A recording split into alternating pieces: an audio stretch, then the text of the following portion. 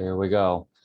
So at this time, I will call to order the October 2021 meeting of the Public Works and Capital Improvement Committee to order. All three council members, committee council members on this committee, wow, this has been a long day, are present. So Alderman Wilson, Alderwoman Gould, and Alderman DeLucia, as is Director of Planning and Neighborhood Services, Deanna Rhodes, the Director of Public Works, Patrick McLaughlin, and our recording secretary, Tara. And thank you all for being here. Item 2 on our agenda, approval of minutes. And Tara emailed out the draft of our last meeting minutes from our September meeting. So moved. So I'll entertain a motion to accept the minutes.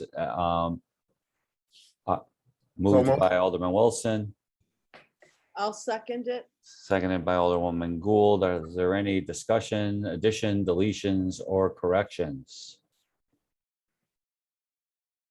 Hearing none, by roll call to accept the minutes as submitted. Alderwoman Gould, Yes.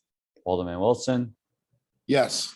and the chair votes yes, unanimously carried. The minutes from September are adopted. Thank you.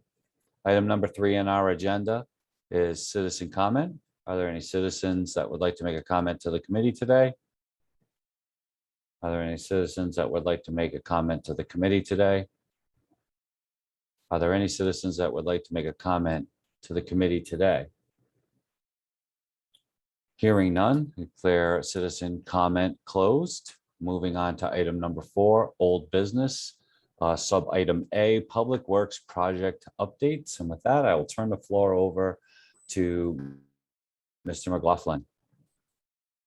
Okay, as far as Sherman Street Bridge goes, it's nothing new on that. That's still on schedule to go out to bid next month.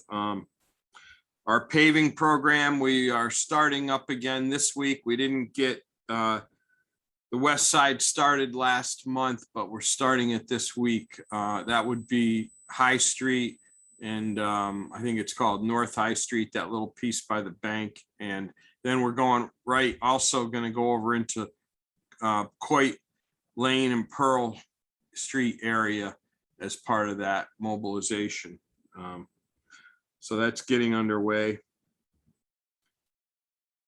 We've completed 4.5 miles without that. So, you know, we're getting up there toward our goal for the season. Franklin Square Roundabout is basically complete at this point. There's like 2 little small check punch list items to complete. There was some planting done this week by the Connecticut Planners Association, which was kind of an add-on to the project. It wasn't basically the budget of the project didn't include enough money for landscaping. So this just for grass establishment. So this extra planting will help beautify it, especially next growing season. New London Turnpike, we're currently negotiating with Vinesh for the man hours for that transportation alternative project. Granite Mill building is coming along nicely. They're just about done with the stabilization work.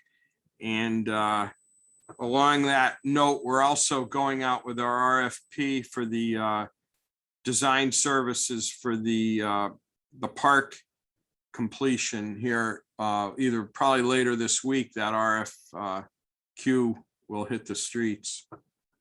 We hope to have a contractor or a design firm selected by January for that work. Dunham Street, the contractor is the granite curbing isn't going to be in until basically late winter. So there's the contractors are going to do some of the drainage improvement work this fall and cut some trees down here in the next couple of weeks, and that'll be about all he's going to do this construction season, unfortunately.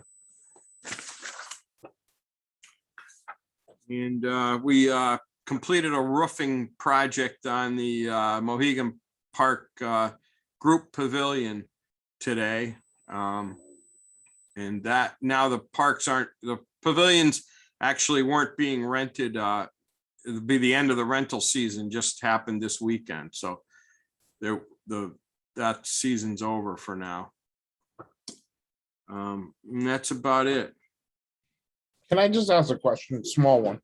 Sure. So the RFQ is for the Uncas League project, correct? Correct. So from the time if you're selecting the architect by January, how long does it take for that design, as far as designing and all of those things? How long would it take? We're giving them about 5 to 6 months for that, probably, with the permitting.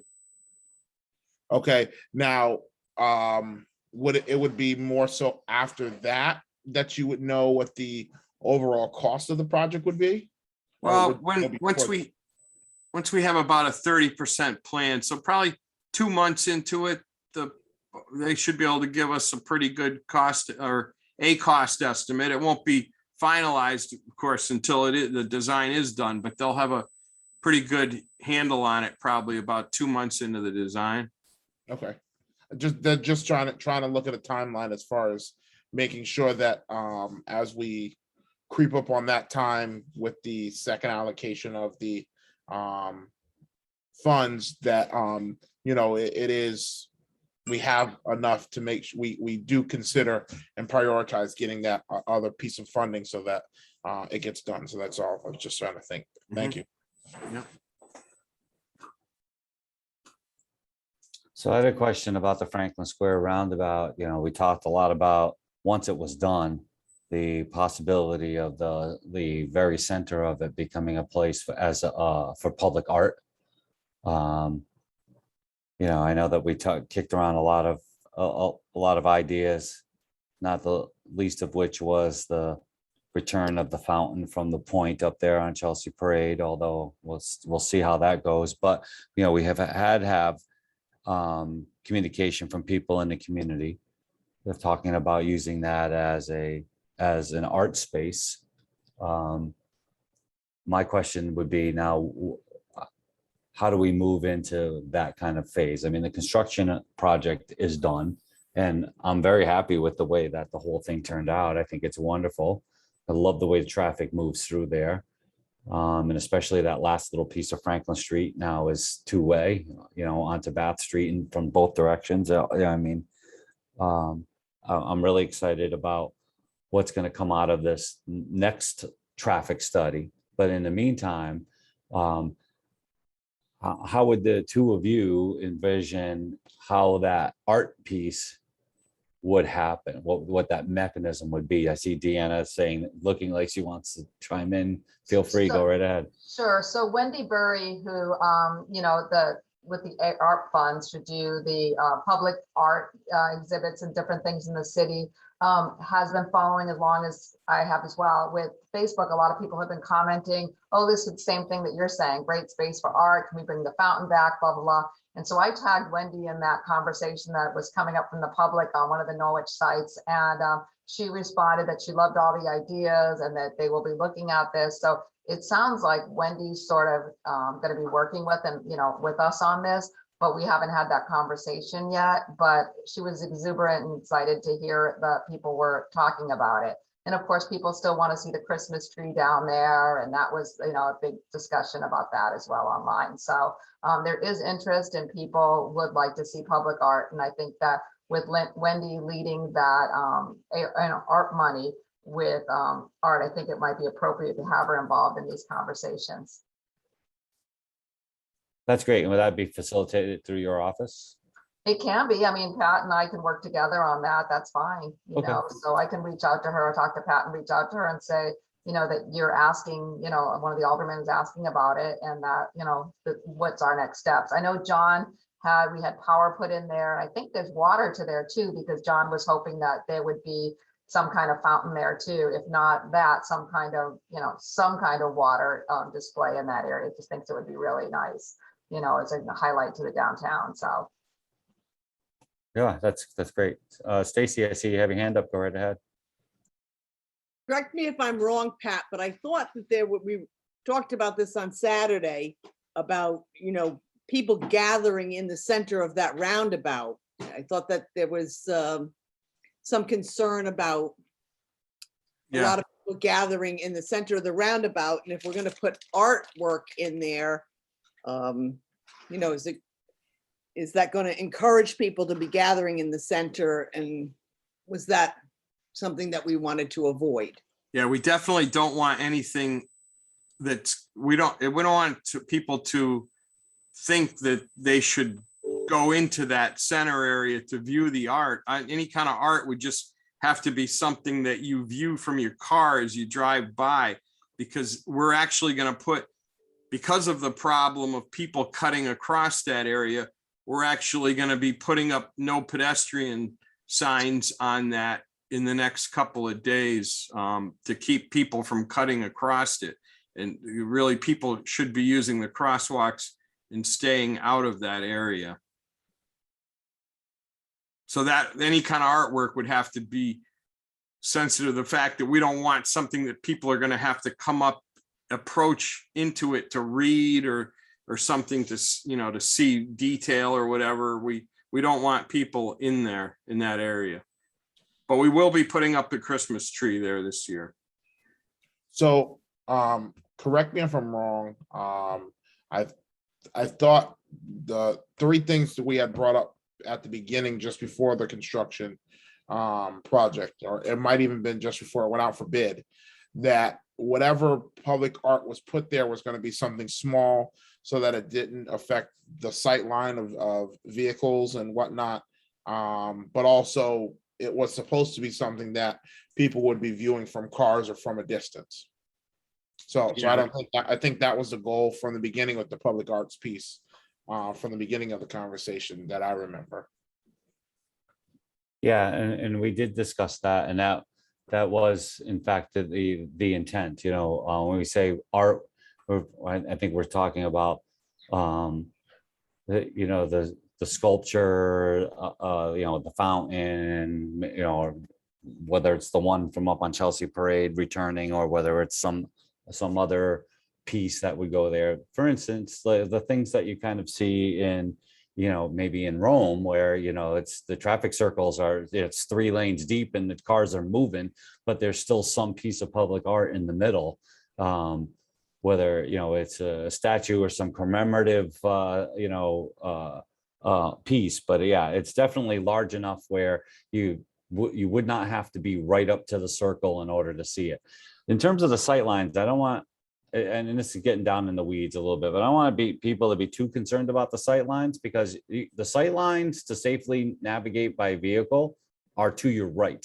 You're always looking, you should be looking to the right, because you're looking to the right and left as you approach in the crosswalks for pedestrians. And then as you enter the circle, you're looking to your left and then to your right to see that it's safe to enter the circle, right? You're not really, so an item in the center, like something as large as the Christmas tree that we normally have down there, is not really affecting the safe operation around the circle, because you're looking either, primarily to the right, but left and right, not through the circle. So I just wouldn't want that to be a reason why we just leave it a blank, empty center circle, because right now it looks unfinished because there's nothing in the middle, just a circular concrete slab. And again, from an attractiveness standpoint, right, it's the idea that people, this becomes a sort of a destination. They travel through Franklin Square's circle, right? It's almost funny that it's Franklin Square and it's a circle, right? But because of some award-winning piece that's now in the middle of this thing that you get to see as you travel through, in your vehicle and as you walk by on the sidewalks and so on. So that's where I'm at with that, but not to belabor the point too much. Does that take care of Public Works project updates and any other questions? I'll take that as a yes. So then item B under old business is property disposition. Go ahead, Deanna. So I have an update. Months ago, I don't know what, I'd have to go back to what round it was in. We spoke with you and it was in our recommendations for the property on Hunter's Road. There's two very large properties that was the location of, was supposed to be a development that did not occur. And the city ended up getting those, I believe, in foreclosure. So Pat and my recommendations at the time was to just hold on to these pieces for open space. We didn't want to see development here. We think they're really nice properties. In the meanwhile, we have been contacted by Avalonia Land Conservation, who would like to ask the city to turn those over to them so they can manage them and do the trails within those sites, which Pat and I took a site walk with their president and their team, and Claire Bissett, who lives next door to it, and walked the site, and they were very interested. They went back to their board, and then today I did receive from them the interest in acquisition form. So this is just exactly the same use. It's an open space use. It just would not be managed by the city, which takes a lot off public works and maintaining it, and puts it onto Avalonia and adds it to permanent open space in the city. So Pat and I spoke about it, and we really support this proposal. Which just came in today. So is that something that will come before the council in the not too distant future? Well, we'd like you guys to make the recommendation that it goes, because normally what we do is we bring our recommendations to you and then you move them along to the council. So this would be for the properties on Hunters, and I can give you the lots 30, they're lots known as 30-1 and 30-2. And that they're, I forget how many acres total, Pat, were they? I can call it up. My computer. It's around 20, in the 20s, I think. I can tell you. Low, Yeah. around 20 acres, maybe. Hold on, let me just look here. There was the site of a proposed over 50 housing development back in, the 2006 or Yeah. 7 timeframe. Yeah, let me just see if I can find, yes, so open space. And we're just calling them right now, 30-1 and 30-2. I have the assessor's cards for those too. Let me see if I can find them. Just take a second. I'm happy to take that to the next agenda setting to get that on the Great. agenda for the council. Yep, so they're, I can just say for the record, it's map 54, lot 1, block 1, lot 30-1, and map 54, block 1, lot 30-2. And those are the two. One is 12.81 acres, which is the one I just read. And then 30-1 is approximately 14.18. And there's a brook that goes through them. It's environmentally sensitive land, but there's already a drive, like a road that kind of goes up in there, and it'd be really nice for passive recreation. Yeah, that's Hunter's Brook that goes through there. Yep. And so it's about 27 plus or minus acres then. So if Avalonia Land Conservation entity is going to put trails and such through there, what about parking? They would do a small parking area on the near the road. We kind of talked about where that would be and in the most appropriate location, but they would have to come in. Obviously, it's within like the 100 feet of a wetland, so they know that they'd have to come in and get approval. Very small gravel parking area. Someone started putting a driveway in, years ago there. So there is like a curb cut essentially.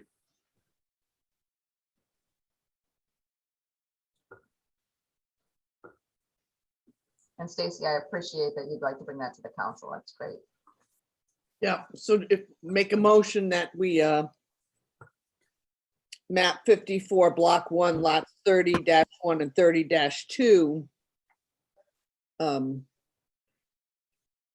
fall into the hands of Avalonia Land Conservancy to be kept as open space. Well, I'll second. I'd like to amend that to say that that this committee makes the recommendation that the council should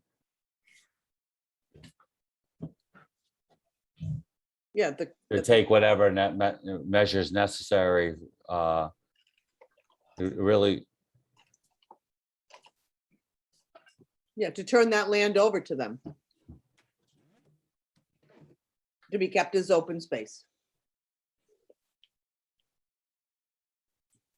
okay, so moved and seconded that we make that recommendation to the council. Any further discussion? Just for clarification, who, that Darrell made the second? Yes. Yeah.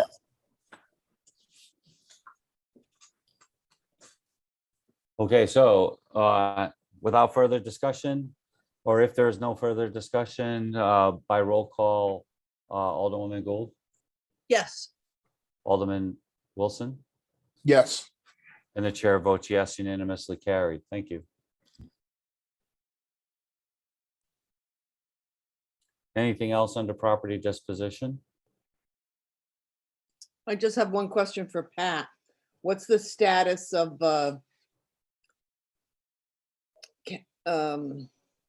98 Washington Street? I know I was by there and I know she's still in the house. I noticed that too. So how much time, do we have any idea how much time we've given her? She's right about at the end of the time that they had given her, plus the 1 month extension. She has made some progress, but I imagine there's still quite a bit of possessions inside the house. Well, I actually talked to Mike just about this too, and he said they gave her an extension, I think, to the end of October. And I said, it's got to stop at some point. I'm not trying to be impatient, but we really can't continue this. We have, we want to go out to potential. That's one we think that should really go out to request for proposals or something because of the historic nature of that property and redeveloping it for appropriate use on that site, and not just selling it outright. I think that's got so much potential. It's actually zoned in the Chelsea Central District, if I'm correct, if I'm pretty sure. So it's got potential for other uses besides just being, single family, that kind of thing. And we, so maybe it has a potential for a small commercial use there or something. There's a little bit of a garage parking area behind it. It might be really something, a nice little business as a gateway into downtown. So as far as putting it out there, and will it be a request for proposals, or because maybe that process could start? I mean, I'm just thinking at it from a practical standpoint. Well, of I asked Mike about moving- that, and he of was getting weird her about of getting her possessions out of there. I know we probably spent, I don't know what the final number was, but probably $3,000 or $4,000 on disposal of materials on the Robbins Court property. At least, we took like 3+ dumpsters out of there. Well, it's interesting because I asked Mike about that. I'm like, can we move forward? And it sounded like he was trying to be very sensitive to her. She didn't want any pictures taken of the house because I think it's Bill Kenny. I can't remember who I sent you the email from, who was interested in buying at one point and has lots of pictures of it. And he, would love to go in and help us when we're going for request proposals to, help us, because I guess he was an interested buyer in it before she bought it. I guess he was the. Wasn't it Dave Bishop? Who was it? Well, Dave, That's, you're right. It was Dave. Thank you. It was Mr. Bishop. Thank you. That's who it was. And he's like, you really, and he says, I know she's trashed the place, but I'd like to have some original pictures before she bought it. And I mentioned to Mike, I said, can we get in at some point, take pictures? He says, oh, she wants no pictures. I said, it's our property. If we need to go in there and take pictures, we're going to take pictures of our property. I'm sorry. I have little or no patience with some things. And that's one I have to say that, it's like, if it's our property and she's gone, we can take as many pictures as we want, Well, that aside, I'm feeling that same sense of urgency, even if you don't want to call it impatience, let's say a sense of urgency, because whenever I go by there often, and I know that the exterior clapboards in a couple of sections of that house are either off the house or there's wide gaps, which with winter coming, that means more water's infiltrating that building, and that's. The building officials are concerned about it as well. So I mean, this is, that's when I say like a patience. This has been going on for over a year, I think. But I know that during COVID, there was a lot of, not making sure we weren't evicting people. I get all that, but she's been given extensions. I think it's time for the city to take it, but I do think the right move on this particular property, because it is a historic property and because of its zoning, that it should just not just be sold. I think we need to be careful about who buys it and make sure that it's done, correctly, the redevelopment of it. And not over somebody buying it and then not doing anything with it and just watching it deteriorate further.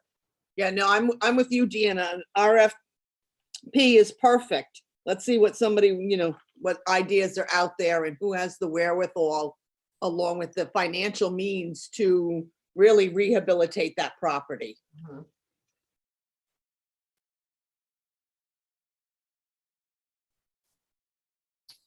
Okay, so what action should we take? I mean, we've just been made, we've just been advised. Well, I don't think we But- can do anything until Gloria vacates the property, and so I Oh. think we've got to get Michael to put some teeth in a letter, with a date that's realistic for us. I don't think they're giving her another extension. I think it's the end of October. I see what he said to me. I think she has till the end of October. So if that's true, she doesn't have much longer. It doesn't sound like they're gonna give her an extension. Well, yeah, I think Gloria's had plenty of time to figure something out, and like Joe said, winter is coming, and if we have to secure the building in any way, shape, or form to protect it, we need to do that sooner rather than later. Well, then we should probably start the RFP process. Because it's gonna take a couple of weeks to put that out there, and then it'll be a month or whatever that it's out there for. So Pat, why don't you and I talk about that tomorrow and talk to Mike Driscoll tomorrow and tell him this is what we want to do and move forward? Because we have, like I said, we have some plans for it. David gave us some original drawings, I think, that he had of what it looked like. And, I think that's all kind of part of the package of what could be in there. So, but it would be nice with the RFP, to be honest with you, Pat, is to have some interior photos if people are interested and they want to be able to see it, what the condition is. And he said she wouldn't allow us to take pictures and, at this time, so. Like you said, we'll go in there with a police officer and take pictures. I mean, does she have the right to say we can't take pictures of our own building? Well, that's a Michael Driscoll question. Right. But I think that at least two of the three, I don't want to speak for Darrell, but I think two of the three of us are on board with the two of you and getting together with Mike Driscoll and pushing the process forward. Absolutely. So there you go. So you have consensus of this committee anyway. Okay. Anything else under property disposition? Okay, if not, then moving on to item 5, new business, sub item A, the city council referral, Connecticut Department of Emergency Services and Public Protection grant to be used for facilities upgrades to the Occam Fire Department. I think we had a very informative conversation about this on the floor of the council. I don't know if the other members have anything that they'd like to say about it or any other questions. I don't know if staff has any input on the grant. We do have some more information. Pat, do you want to speak first? Well, sure. So I went up there and I wasn't, I'm not sure what was discussed exactly at council. I guess Carol maybe update you on what his plans were. Yes. So anyway, I went up there and got the tour from him and saw what was what. And I was familiar with the flood situation up there. I was the one that signed the flood elevation certificate in 2013. But I've also observed over time that, I think there's some inaccuracy with that flood elevation mapping for that area, not just for that property, but that whole section through there. The flood maps indicate that the Route 97 floods, prior to the 100-year storm. And so anyway, And it doesn't, is what you're saying? What's that? But you're saying that the information is inaccurate, meaning it doesn't flood as quickly as the map would tell us it would? I'm saying yes, that's what historical evidence has. Okay. In okay. fact, in July, we had 100-year storm, basically 7 inches of rain here in Norwich. Maybe the whole watershed didn't receive that whole 7 inches of rain. Yep. But the elevation of the river was 3 feet or so lower than the building, where the 100-year flood would have indicated. So and historically, they've never had the water up there. So, but I also understand that we've got, an obligation to honor, the FEMA process and the flood, the CRS program. And Mhm. so what I was thinking is that we could take a portion of that money and put it toward a plan to relocate the mechanical equipment out of the basement, which was one of the recommendations of the study that was done by the Council of Governments a few years ago. Not to totally discredit it, but to figure out, okay, their recommendation was get that equipment out of there. Well, let's get an accurate cost of what that will be as part of this this fund, funds here. There's not going to be enough money probably to do that, but at least we'll know what the cost is going forward. And also we're going to try, I've reached out to the person at the USGS federal agency that does the flood mapping revisions, and reached out to them too, to see about trying to get that process of reevaluation started for that area. But so anyway, that was what my thinking as to how we could try to move this project forward and still be sensitive to the flood issues at hand. So the other thing with this project is, because it is state monies, DEP gets involved under certain criteria. So the criteria, I spoke with flood division there, is when there's any soil disturbance. So the doors and the things that they want to do are not going to kick it in, but what's going to kick it in is when we talked about the sign outside, they said, have them use the existing posts. Do not have them do any, new sign as far as any posts. But Pat and I spoke about it today.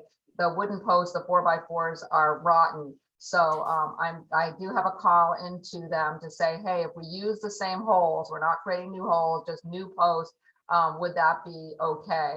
Because it's going to trigger a DEP review by them if we do any soils, and they don't think it's probably going to get approved if we're doing any soil disturbance, because it's in the flood hazard area, and they're, state monies is not necessarily intended to go into making improvements in the special flood hazard area, specifically when it's in our hazard mitigation plan to start looking at locations to relocate the fire department and not to encourage putting more money there. So it probably wouldn't go over well. So my recommendation is that I will reach out tomorrow again to the state.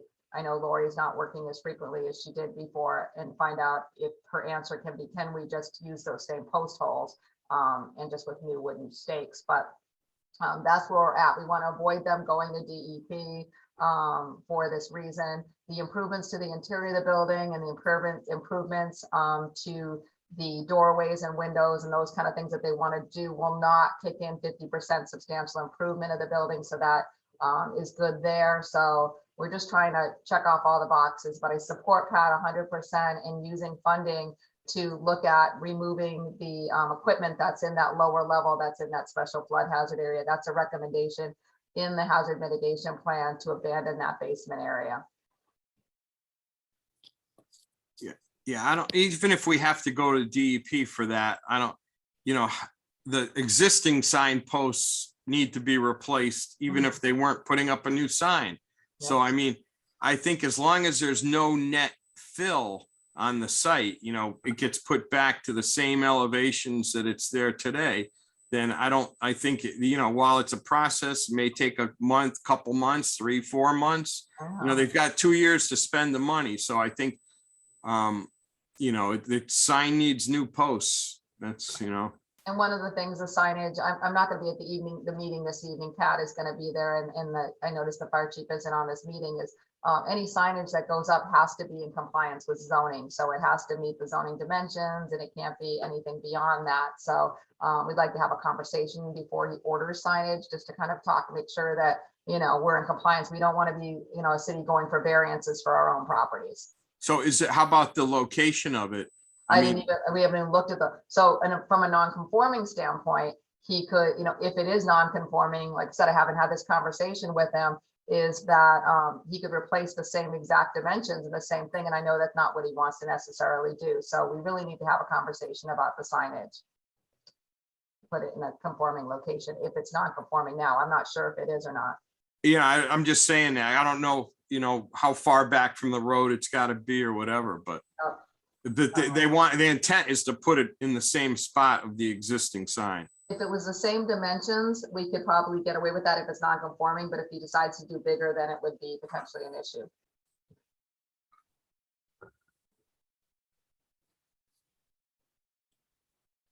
I guess Okay, that's so just, go ahead. No, go ahead. Pat. I was just gonna say, I guess they just need to conform with zoning regulations, basically, with any new signage.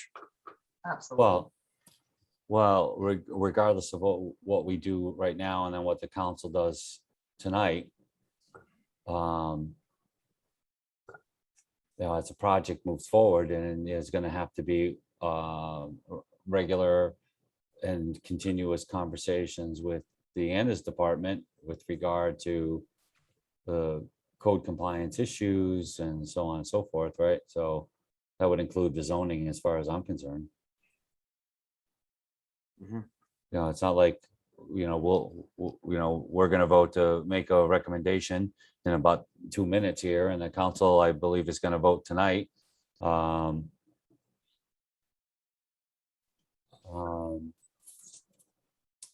That doesn't mean that we just immediately start doing work. Obviously, the conversation still have to happen in your office, and that's your expectation, Deanna. I would imagine that would be my expectation, right? Absolutely. So like I said, I don't know what the real proposal is. I did reach out to the chief by email and asked him to give me a call. I did not hear back from him. He did not respond.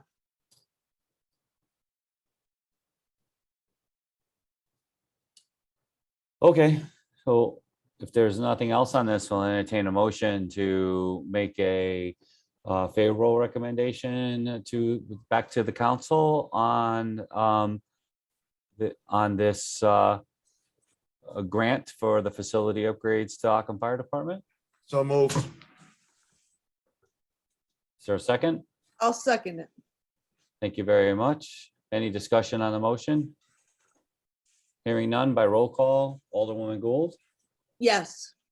Alderman Wilson, Yes. and the chair votes yes. So thank you very much.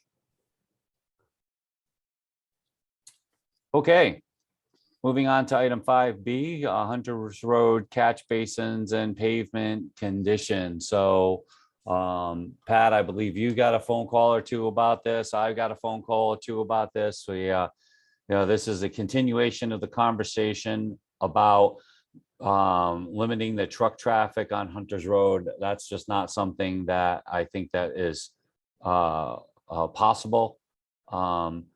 So the question becomes now, all right, then how do we make it so that the people that live along the bottom of this road, particularly, all right, can get a little bit of peace with the truck traffic that's going to be there that we really can't stop. The catch basins aren't so much of that as they were as being their ability to handle the water, right? Which is an issue. It seems to me like maybe those catch basins just need to be cleaned, unless there's something Pat can add to that part of the conversation. Pavement condition, the bottom of that road is like a washboard because of utility work. There's a lot of patches, rectangular patches on the road, and the problem is that when trucks come down and they hit their J brakes and then they're traveling over that, it sounds like an 18-wheeler going over a washboard. And so I was wondering what we can do to get that teed up and addressed to quiet the traffic that's on that road. So to start with the catch basin part, they did get, there was a lot of gravel washing down the road in the flooding that took place last month and, or back in 1st of September. So our intent is to suck out those basins. We were supposed to be out there last week, but we had some trouble with our new truck that we had to take back to go back. It was under warranty. So we got that back and we'll be out there cleaning those catch basins out in short order. There's as well as a bunch of other ones around the city that suffered similar consequences from the washouts. I'm sure. The pavement condition, yeah, we're applying for, actually, we had some opportunities to put in for some earmark projects, they call them, back in the spring, late winter with the ARP fund, like prior to the ARP funding, a separate thing with congressional earmarks, I guess. I had put together an application for Hunter's Road, which would have included drainage work, replacement of those two small bridges where Hunter's Road goes, brook goes underneath, and, repaving of the entire roadway. That unfortunately didn't get approved, but we intend to pursue that under lots of funding as the next opportunities avail themselves over the next couple of years through the Council of Governments. Short term, I guess, we'll look at if there's some patching that needs to be done, then, we'll address that. But long term, we put together an application for, like a reconstruction of that whole roadway, essentially. Yeah, I think that the way that it was restriped has made it a little bit better there at the bottom at that intersection. One thing I did notice, it seemed like that there's boring holes in the pavement, like they drilled holes in the asphalt in order to sniff for gas or something like that. Yeah, it's probably a utility thing, yeah. Right. So I just want to make sure that whatever utility work that's going to go on there or is going on or has gone on is done, right, before we start spending money on repaving that. But I was down there for a little while and even the trucks that are pulling those containers, they're not really 18-wheelers, but those trucks, like the cab over engines that are pulling the containers, they rattle over that road pretty well, so but no, that's it. That's good to hear, though, that we're looking at different things that hopefully to address that. And you already touched on the third thing that I didn't put on the agenda, but though I was concerned about those bridges, is it really because after that big storm where we got the 7.5 inches, I don't know, water was either coming up from the catch basins or went over the road or something like that in that area. It seemed like there was the next day or so, there was a lot of washout down there. It went over the road. Yeah. So I am concerned about it because the concrete on those two little bridges looks like it's seen much better days. It has. So, okay. All right. Well, I'm glad that I'm not surprised that you're on top of that. I'm glad to hear that we're trying to do things on that. Anything from anybody else on that topic? Nope. Okay.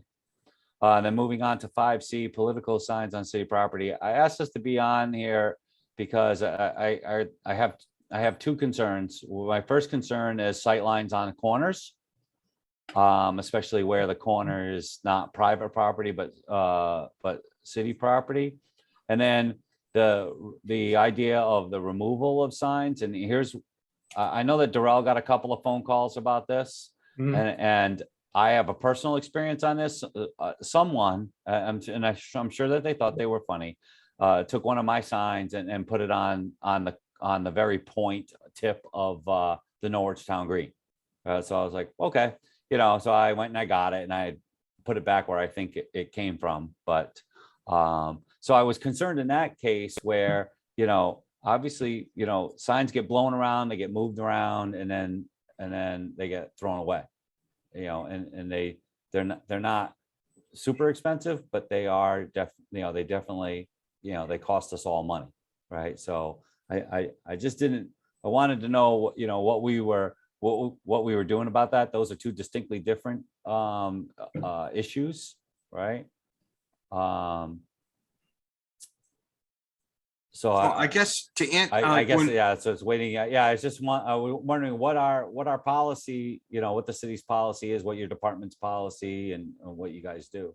so when, regarding like city property, like Norwich Town Green or something, any kind of signs that are put up on there, whether they're tag sales or some kind of event, we take any of those signs down. We bring them back to the garage in case the people come looking for them. And that's what we do with signs that are on, city properties in that regard. When they're in the right of way along the edge of the road, we don't really, I guess if we got a complaint about a sightline issue near an intersection or something, then we would go out and look at it. But I can't recall really getting any of those kind of type calls in the past. So we don't, kind of sometimes, yeah, you drive by and you look and the sign is pretty close to the road. Usually they're just those little wire framed signs that if somebody did go off the road and run them over, it wouldn't be that big of a deal. It's not a fixed object. And a lot of those are along state roads too. So we don't have anything to do with the state roads, but we really don't do much with the signs that are along the road in front of private properties, even if they're too close to the street.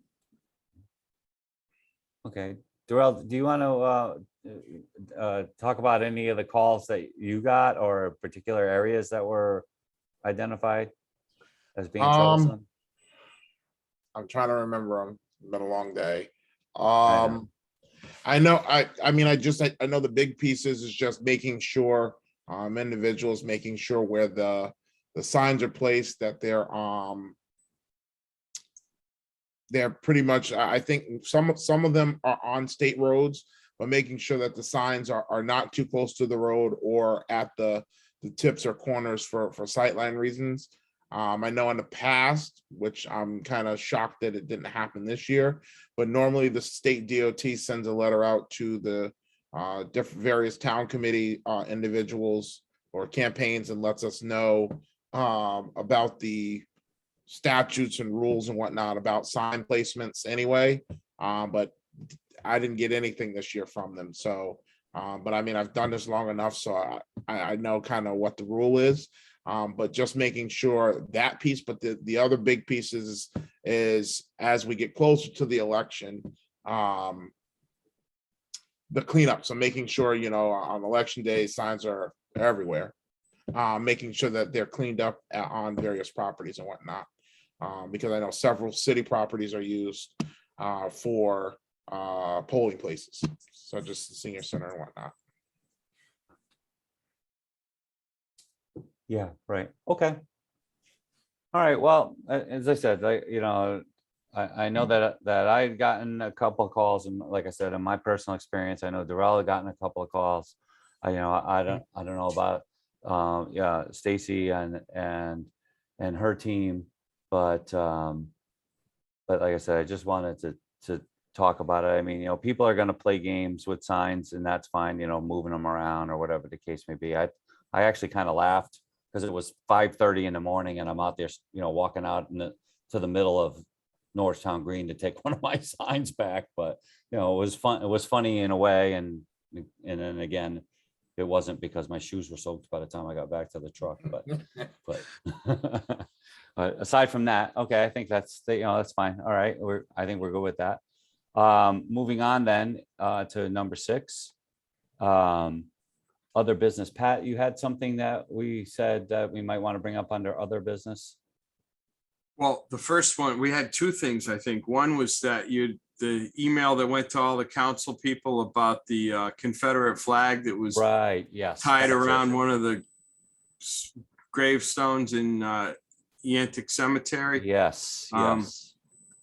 So so we've removed the second one.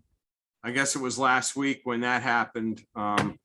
We removed the first one when it was brought to our attention. And our city historian thought that he might know who's doing it, and he spoke to a couple people about it, asking them to stop. And it was kind of ironic, but he said, actually it's disrespectful to a flag to tie it around a gravestone anyway. So you're not actually honoring anything, you're being disrespectful for that particular flag too. But anyway, hopefully it'll stop. I mean, if it doesn't, we'll just keep removing the flags. And I was hanging on to them in my desk drawer, just expecting the person that's putting them there to come looking for them. I don't know, so, I mean, it's unfortunate, but we're dealing with it as it, as it happens.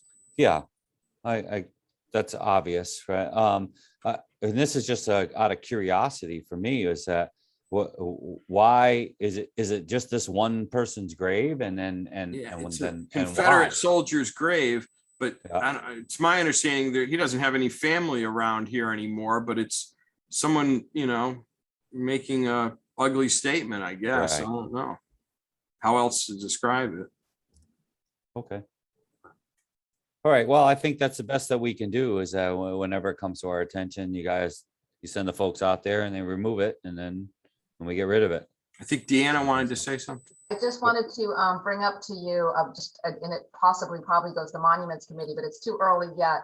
But we city did apply for a monument sign of a folklore's, what was it called?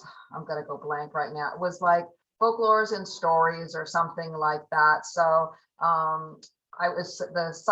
information was sent to me by the mayor, and he says, where do you want to, what do you want to apply for? It'd be great to do something. So we looked at a couple different signs or what we could apply for, and we decided to go with the Bean Hill signage, because people always ask why Bean Hill is named Bean Hill. So there's great stories about that, and it was early prospectors, which were early settlers, came to the area, and due to being really hungry, they dug up pots of beans that were there in that area of the city, and that's how it got Hence its B name. Hill, right? Yes, and then there's stories about on Sunday nights people served, or Saturday nights people served beans, so people knew. But that kind of came about after the story about them finding beans there, and maybe beans being grown in that area by the native people. But there's a whole story about beans. So I did speak with Dale, and I did speak with Regan before we went forward to make sure that they were comfortable with what we did. And the word in all the old history, the books about this, was that the word was prospectors, but Dale said it's better to explain that as being settlers. And so that we did just change that one word as settlers. And the other one that John Salamone really wanted to do was why are we called the Rose of New England, and have a really nice monument sign for the Rose of New England, because of the 7 hills looking like the petals of a rose, which is, one of the original stories and said by someone fairly famous, and an abolitionist, I believe, that said that. But it's when I talked to Dale about it, he said it was never confirmed that it was said by him, and that they think it was the 200th anniversary, that it was said when they were decorating, that the city has always been what a rose of a city, and we're the Rose of New England. And so we don't really quite know exactly where that name came from. But I did reach out to the University of Syracuse University, because they have the original newspapers that the person who was attributed to saying the story about the 7 hills and being the rose, looking like the petals of a rose, wrote it in a newspaper in New York City back in the I think it was the late 1800s, early 1900s. So I actually contacted Syracuse, and they have all the records of those newspapers, and he was an editor there. So, and it was something, an editorial he wrote. So they're going to look at that, and hopefully if we find that information, then we could do something about why the city is the Rose of New England, how it got its moniker. Oh, that's cool. So yeah, so we're trying, they're kind of fun things, Jill goes, I hate these type of signs. And I said, hey, it's all good. It's all fun. People are interested. So it's, it's another tourist type of thing to look at. So the sign for Bean Hill will obviously be going up on the Bean Hill Green if we get awarded that sign. They give you a grant for it, and they actually, from their foundry, they make the signs. So the grant is the money for the foundry to be paid, basically, to do the sign. It's a really nice metal sign, and it's, I think it's called Folklore or something like that. Okay. I thought it was cool. Yeah, that's cool. Yeah. All right. And you said there were two things, Pat? Is there a second thing? The other one was a mural project. The mural project. Thank you so much for refreshing my memory. I So just, they- that they're came at- in Friday. Yeah, and they're at 100% of their fundraising. So are they ready to move forward? Well, they're moving forward, but they don't have the rendering yet. That's what, in the next month, they hope to, that what I sent out was the list of people, places, and events that they want to try to depict on the mural. And Now, this is the mural for the Chelsea Harbor Drive side of the Market Street parking garage, correct? yes, so Okay. it's about, so I went out there today and looked at, now, I mean, they're talking about doing like it's about 120 feet long, the whole wall, and it starts out like 14 feet high, I guess, and then it goes down to like 3 feet. Once you get up into that 3-foot end, I'm not sure how much you'll really be able to see from, too many places, but they're intending to, utilize quite a lot of the space, it sounds like. And Mhm. they hope to, by next month's meeting, they hope to have a rendering of what it might look like. Correct. Can Go you ahead. make sure I get a copy of that? Our zoning regulations, which I kind of think are kind of ridiculous, but in our on this point is the Chelsea Central District. The director of planning is supposed to approve all murals that go downtown, which, I don't think it's my position to decide on what a mural should be for our downtown, but I think what I would like to do is just have it. And I would take whatever this committee or whoever's the one that would be approving it and just saying it was approved by you. But that's our. Actually, the mural, I think, I thought it was a monument committee that ultimately, or whatever, the council, I think, monuments get approved by first this committee, then the monument committee, I think, and then it goes to the city council as a whole, I The think. murals are in the zoning regulations being approved by the director of planning. Okay, So, all right. because they're downtown. Because when the one was done, the last mural that I can recall was the one on the other side of the Market Street garage, on the Market Street side. Mhm. Yeah. The That most was recent done. mural though was the one that was done here by Amazing Furniture. So that had to be approved too. The one with the roses on it, that one. Oh, okay, down by the arts. Kind of, East Main Street right there, East Main. Oh, Yeah, East Main. on this, yeah, on the side of the old floor covering shop. Yes, so anyways, about- I'm just telling you, it's in the regulations, so whatever you guys say is good, I'm good with. Well, is that just, again, just a point of curiosity, is that also true about the one that's on the side of Porsche's Auto over on the downhill part of 8th Street? You know what I'm talking No, about? I think it only says in Chelsea Central Oh. District downtown. Oh, okay, Just in the Yeah. downtown. Oh, Yep, okay. Yep. All right. Okay. Anything else under other business? So I wanted to bring one up, Yeah. I'll forward the email. A woman by the name, and I'm gonna butcher it, Adirine, Australia, sent an email. She lives over near the Three Rivers area. And she's concerned individuals use the Sycamore Road and Surrey Lane as a shortcut and are speeding through, and is nervous as there's been a lot more traffic in the area with, of course, Three Rivers being in session, and just the area in general, and is is concerned about speeding and requested, like we've seen Speed several other bumps. times, speed bumps. So I did say that I would just bring up the concern of speeding in the area and signage that she has, and we'd go from there.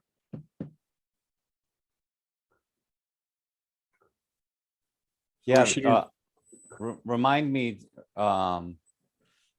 we could talk about that at the next public safety meeting as well.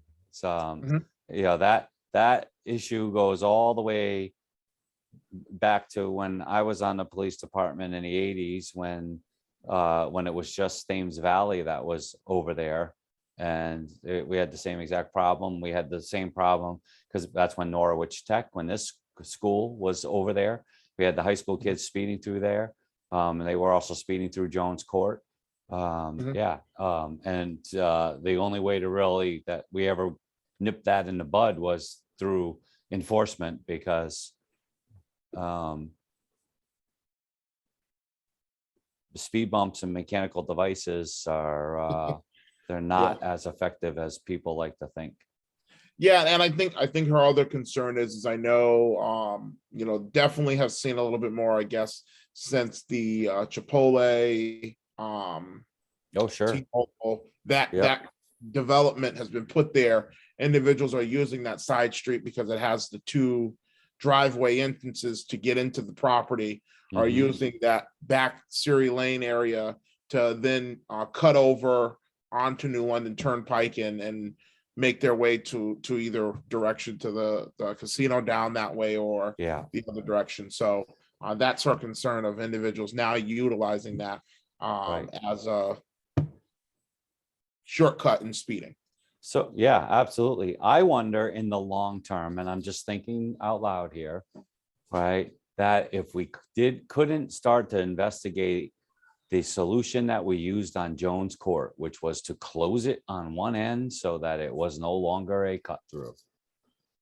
I don't know if we could cut off that section by right there, right after the driveway into Chipotle, right where I think it's Twins Court is that little dead end street that's right there.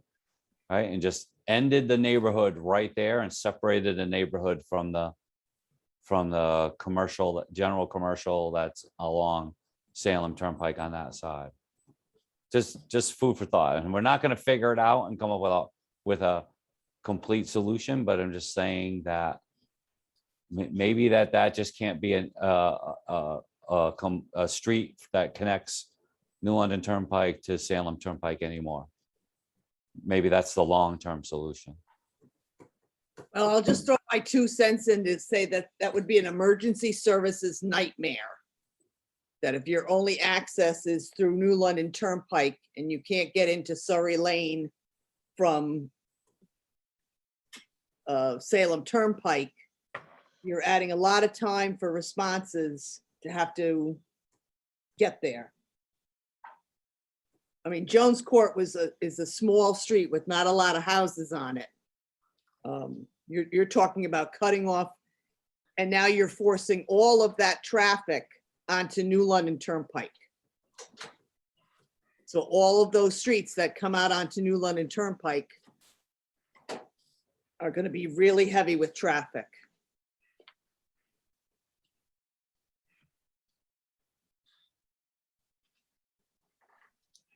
Okay, but granted, but it's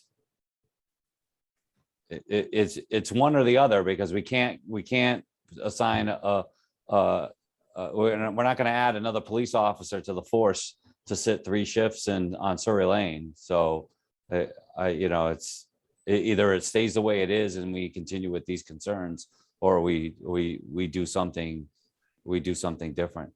Maybe it's not break it off. Maybe it's break it off in the middle, so it's still not a cut through, so that it could still be accessed all of those streets like Fairground Circle and so on and so forth. Surrey Lane would be the first one. Fairground Circle would be the second one, so that they could be accessed from either end. But the somewhat straight cut through of Sycamore is not a through street. anymore. It's broken off in the middle, maybe. Just thinking out loud, and I could be wrong. Putting up signage where, so if you were to cut it off, there wouldn't be a way, could there be a way where signage of emergency person authorized vehicles only or something of that sort? Or are you talking about You putting still- actual curbing and whatnot in to cut it off? I'm talking about putting a physical barrier. So putting up Okay. signage that says emergency vehicles only.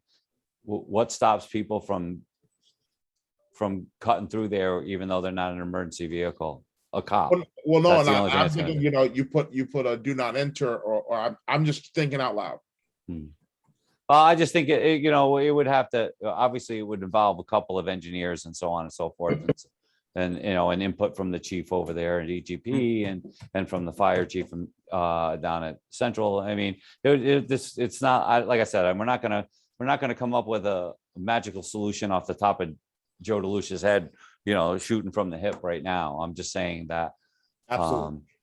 because the nature of the volume of traffic is changing, then the nature of the neighborhood might have to change, or I should say the through streets in that neighborhood might have to change as well. That's all. So put everything on, all possibilities on the table. Actually, the traffic volumes aren't as high now as they were back in 2008, before that recession. I mean, they're a lot higher now than they were a year ago, but the traffic volumes are not as high as they were in recent history. Then maybe the problem is more the speed at which people are Yeah. traveling through that neighborhood, right? Yeah, which So- is an enforcement issue. Right. Yeah, and then it's, like I said, having somebody camp out over there is Hmm. could also be a challenge.